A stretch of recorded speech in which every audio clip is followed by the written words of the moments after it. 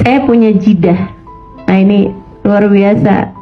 Saya kalau inget cerita ini, jidah tuh nenek ya.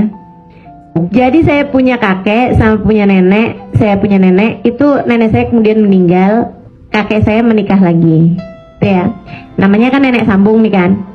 Jadi beda usianya itu antara kakek saya sama nenek saya. Di saat kakek saya usia 90 tahun, beliau usianya sekitar 60-an tahun atau 70-an tahun. Jadi usianya bedanya di atas 20-an tahun, kayak 25 hampir 30-an tahun. Beda antara kakek saya sama nenek saya. Orangnya Masya Allah gitu. Terus beliau ini, kakek saya ini, alhamdulillah tuh teman-teman sekalian, sampai dengan usianya 90 tahun nggak punya sakit apa-apa.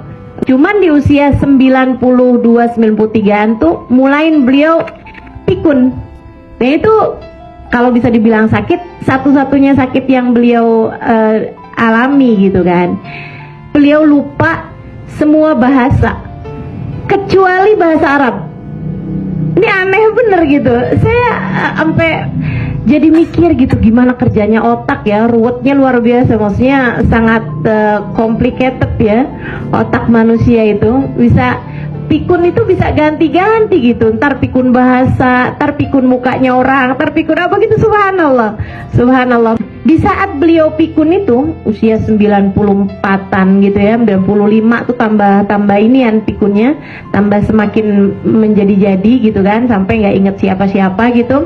Pada saat itulah nenek yang usianya waktu itu hampir 70-an saya kira ya, itu mulai sakit, dan sakitnya jadi tambah semakin berat. Di saat kakek tuh udah lupa siapa nenek. Jadi subhanallah, kakek saya itu lupa sama perempuan tapi ingat sama laki-laki. Jadi beliau lupa sama ibu saya yang adalah anaknya, tapi ingat sama abah saya yang adalah menantunya. Di saat istrinya sakit udah nggak berdaya, maksudnya udah di atas tempat tidur, kena stroke. Itu beliau kerjaannya suka pergi ke rumah anaknya yang laki-laki, namanya uak saya ini ya, paman saya, namanya Abdurrahman. Dia bilang gitu, "Man," katanya gitu, "ada orang sakit di rumah nggak pulang-pulang." Berarti itu istrinya. Ada orang sakit di rumah katanya nggak pulang-pulang, kesian dah.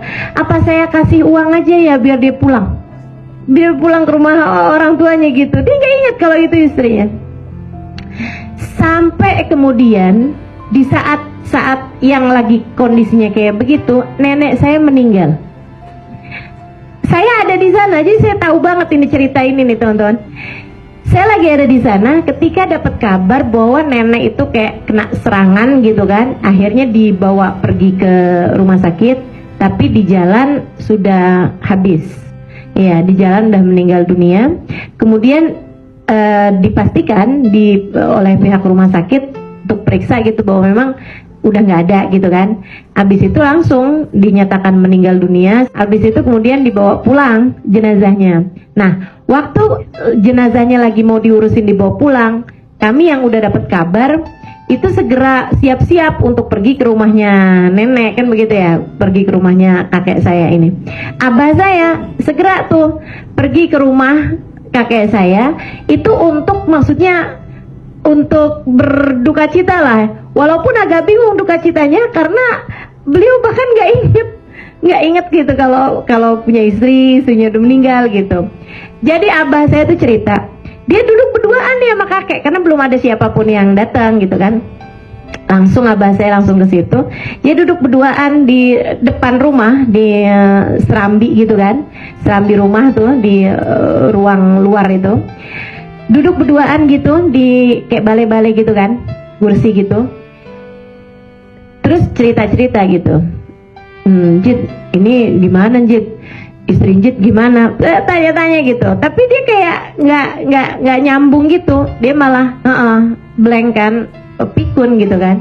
Beliau malah cerita tentang ibunya gitu. Kayak perasaan dia tuh kayak masih ada ibunya gitu.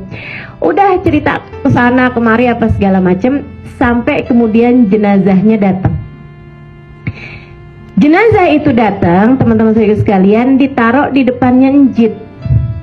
Kemudian abah saya buka ininya, apa namanya, mukanya gitu kan.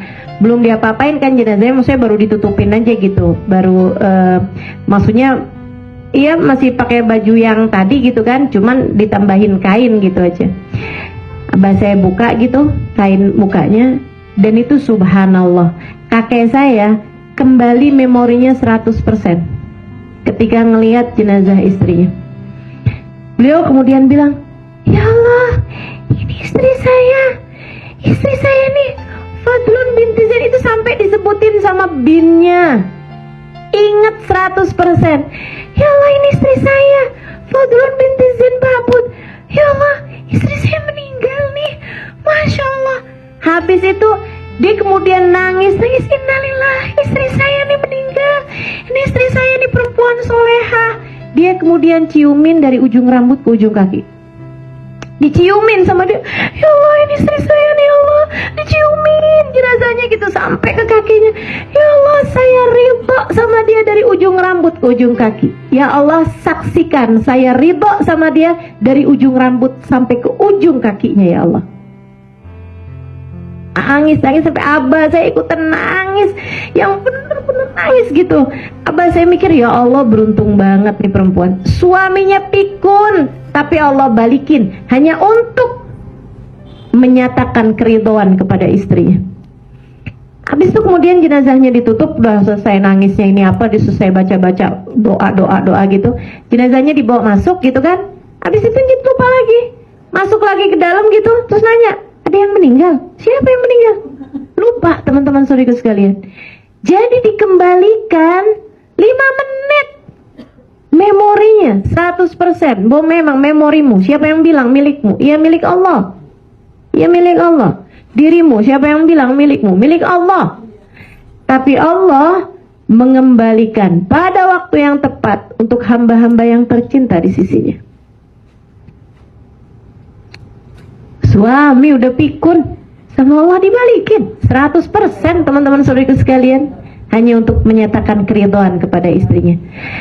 Allah mau ngajarin saya, cucunya, dan teman-teman yang kebetulan menjadi teman-teman saya untuk saya sampaikan cerita ini. Jadilah istri yang soleha. Jika bahkan andai suamimu pikun sekalipun, Allah bisa kembalikan memorinya untuk menyatakan keridhaannya kepadamu. Jika kamu istri yang soleha, kamu tidak akan kehilangan apapun jika kamu istri yang soleha.